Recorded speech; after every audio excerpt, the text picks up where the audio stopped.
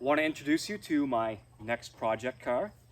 This is a 2013 Chrysler 300C all-wheel drive Hemi V8 5.7, fully loaded. I don't think there's any options you could have got that are not on this car. Seems like a pretty nice car. Picked up for $3,000. Bought it from a guy who buys stuff from the auctions and then sells it. It is considered a insurance fraud somehow. I'm not sure how that works, but it has some engine noise, which I think is going to be the lifters and camshaft, but we'll see about that. And the interior has been all pulled apart. That's like the fraud part that I don't fully get. Anyways, this is a car that I might want to keep for myself. I kind of like the idea of having the luxury car, the Hemi, the all-wheel drive. Like, it's a car you can use all the time. And I live in New Hampshire, so we have winters and with snow. And up here, it'd be nice to have a car like this. If I don't want to drive my truck, got a cheap car that's really nice. Now that you've had a little introduction to the car, let's take a little walk around and you can see exactly what it is I picked up. Now that you've had a little overview of the car, let's just take a look at exactly what it is I dragged home today. So as you can see, you know, it's filthy from sitting around, but it's not that bad. You know, there's still letters all over all the windows. Mostly in really good shape. There's a couple small dings here and there. Wheels and tires are great. Really good tires. They're all Michelin. The back corner of this bumper is a little torn. I could repair that, or I can get a different rear bumper cover. Undecided on that. Like I said, the car overall, it looks pretty good. The very first thing I'm going to do is clean it before I even dig into the engine. I like having, it's like the fun part for me is taking something grungy, cleaning it up, and then working on it from there. Just transforming the car a little bit. Now for why I got the car so cheap. There's a couple reasons. Number one is the interior. So I believe I have every piece. That's like the door sills off here. Both front seats are unbolted. No idea why. One of these seats is supposed to be cut wires, and I'll have to figure that out. But as far as the dash and everything goes, everything was working. All displays worked. It runs and drives. How somebody does insurance fraud by ripping out an interior, I don't know. But it's filthy as well. So this is another fun clean it up project. Pop the trunk. Even the rear seats are all pulled out of it. But everything's in the trunk that's not here, that should be here. Also, the driver's side seatbelt was cut, which also doesn't make any sense to me at all. So I'll have to get one of those. Just some really weird stuff, but stuff I think I can fix pretty cheap.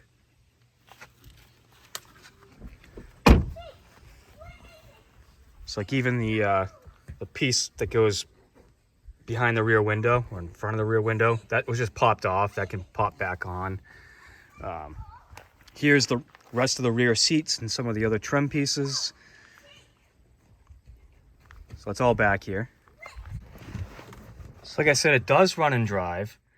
The guy I bought it from drove it like probably 2 to 3 hours from where he bought it at the auction to get home, which seemed pretty crazy to me. The engine does make a fair amount of noise, so let's see if it'll start. The battery's not very well charged, so I don't know if it's going to. All right, start right up. Like I said, you can see everything works. Got heated seats, cooled seats. Like I said, it's fully loaded. Got the panoramic sunroof, adaptive cruise control, basically every feature you could imagine. Pretty much it has it.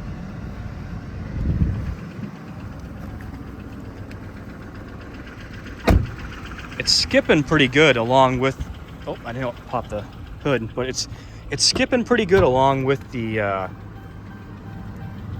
ticking. I'm pretty sure that this is one of the common deals where it took out the cam. The lifters, the rollers on the lifters get bad, and they take out the camshaft on these. It's known for it. See, it's shaking pretty good. Video doesn't really pick it up that well. I almost wonder if it's trying to filter that out. But yeah, it's shaking pretty good. Definitely skipping quite a bit. I have the cover that's in the trunk as well for the engine. But it doesn't sound horrible. I don't think, I know I said this on the BMW as well, and I was wrong about that, which that's still for sale. I don't think this is bottom end.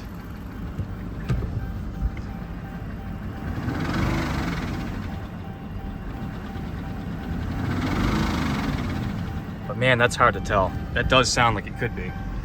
But I think it's top end. The oil in this is filthy, and it's saying it needs an oil change. I think for the money, first thing I'm gonna do is wash it, just get it all cleaned up. I think the next step is gonna be an oil change. Now I might be just throwing money away, but I want to know for sure that this isn't just a case of bad oil, not able to pump up the lifters because or maybe it's got the wrong oil in it. That's a possibility too. Like, when somebody will commit insurance fraud by ripping out the interior, I'm really not sure what else they might do. So that's what I'm going to do. I am prepared to buy, hopefully, just a cam kit. Unfortunately, on these Hemi engines, I'm pretty sure the heads have to come off to change the cam. But this all looks pretty easy to work on. This doesn't look that bad. So let's start by cleaning it up. I want to get all the letters off the windows, get it all nice and clean, and see what we really bought. Then I'll change the oil, and we'll go from there.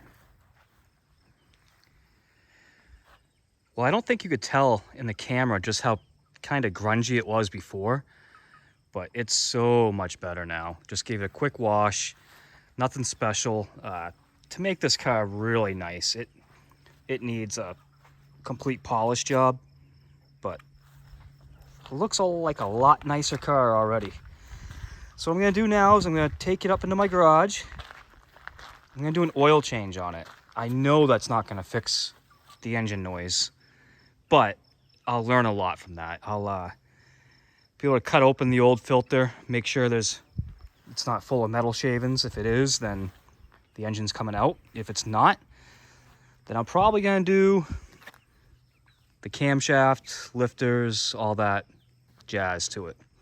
So let's get it up back in my garage. Let's get that oil changed and see if it makes any difference and see what the oil looks like.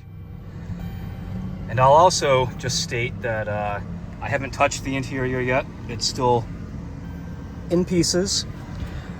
One nice thing about this is I'm gonna actually pull all the interior out of the car and give it a nice cleaning. And then I can clean the seats and everything really well. Maybe even recover them. I'm debating on that. And then have it nice and clean in here.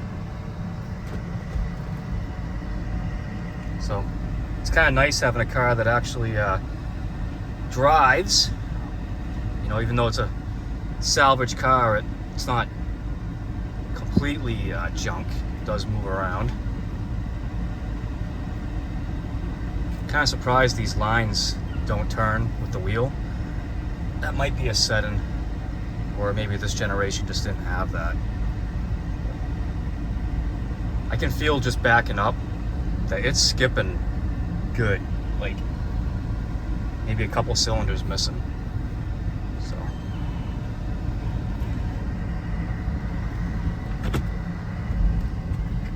but I took it on like a really short drive, and there's no drivetrain issues. Even with the interior being all apart, there was like No noticeable rattles of any kind. Transmission shifts fine. Let's just get this oil changed. I don't know how much oil this thing's supposed to have in it, but I change the oil on my Hemi trucks and I've never overflowed this particular pan. I think they take like 6 quarts. Either this takes more or it was just over full, because I had to put the plug back in it because it was still coming out pretty heavy and the pan was about to overflow. This oil is complete crap. It's very black, but so far, I don't think I'm seeing anything scary in there yet, but the filter is going to be the real test. So let me dump this oil and then finish draining it. Here's the last little bit of oil that came out, also what came out of the filter. It actually wasn't much more. I guess I panicked and put the drain plug in sooner than I needed to.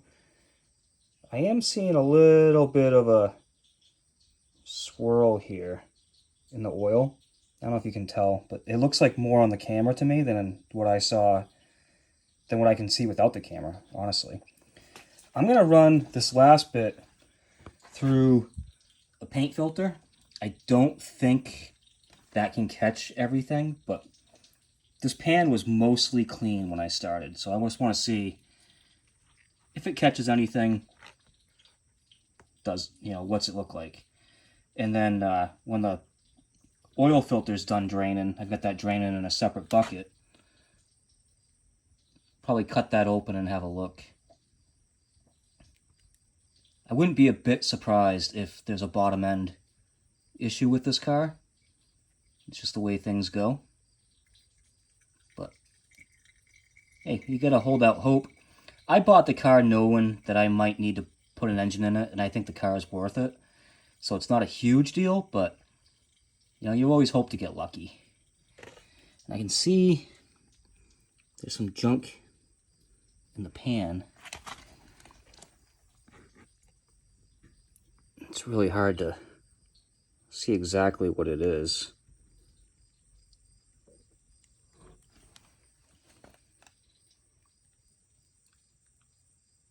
Not seeing a whole lot in that filter. But let's see what some of this stuff was.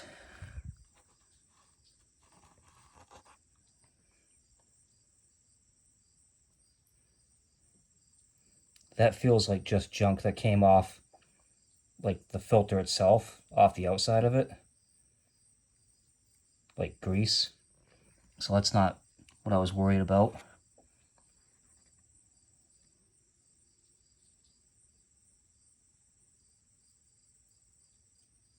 Let me just put this on a rag and clean it up a little bit and see. So this is like a semi-clean spot of the rag that I put that on. I could see maybe a speck or two of glitter. You can just kind of see one right here. Move the rag a certain way. I could put a magnet to it as well, but not all metals that come out of an engine are magnetic either. But I see another little speck. So I don't know. Some metal is kind of normal, but the filter, if it's doing its job, would have caught it all. So I'm gonna cut that filter open and see what's in there. This is just an inexpensive Mopar filter from Walmart, of all places. That's where I buy all my filters for my Hemi engines, because if it's good enough for Mopar, for the engine they built, it's good enough for me. Like, I think that's just fine. I tend to use Pennzoil. I don't have a good reason for that other than they used a lot of Mopars in their commercials. And I'm not going to go through all the work to figure out who has the best oil. But if Pennzoil loves Mopar, Mopar loves Pennzoil, good enough for me. Like, never had a problem with their oil. I'm going to fill the filter up before I put it in the car. Nice thing about this filter is it goes on just like it's oriented. I don't like it when filters are like this and you can't really fill it or they drain back anyways. This is a better design in my opinion because the oil is always full, or the filter is always full, so you never have a dry start. So I'm gonna fill that up, put that on, put the drain plug back in, and let's get some oil in it and see that we didn't make any difference at all. As expected, that made essentially no change, I think. It's still ticking. It's kind of weird though. Still not so sure.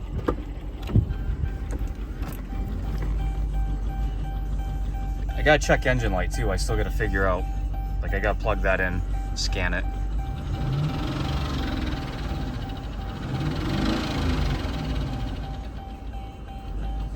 But that noise sounds like it's like it's faster than a Baron.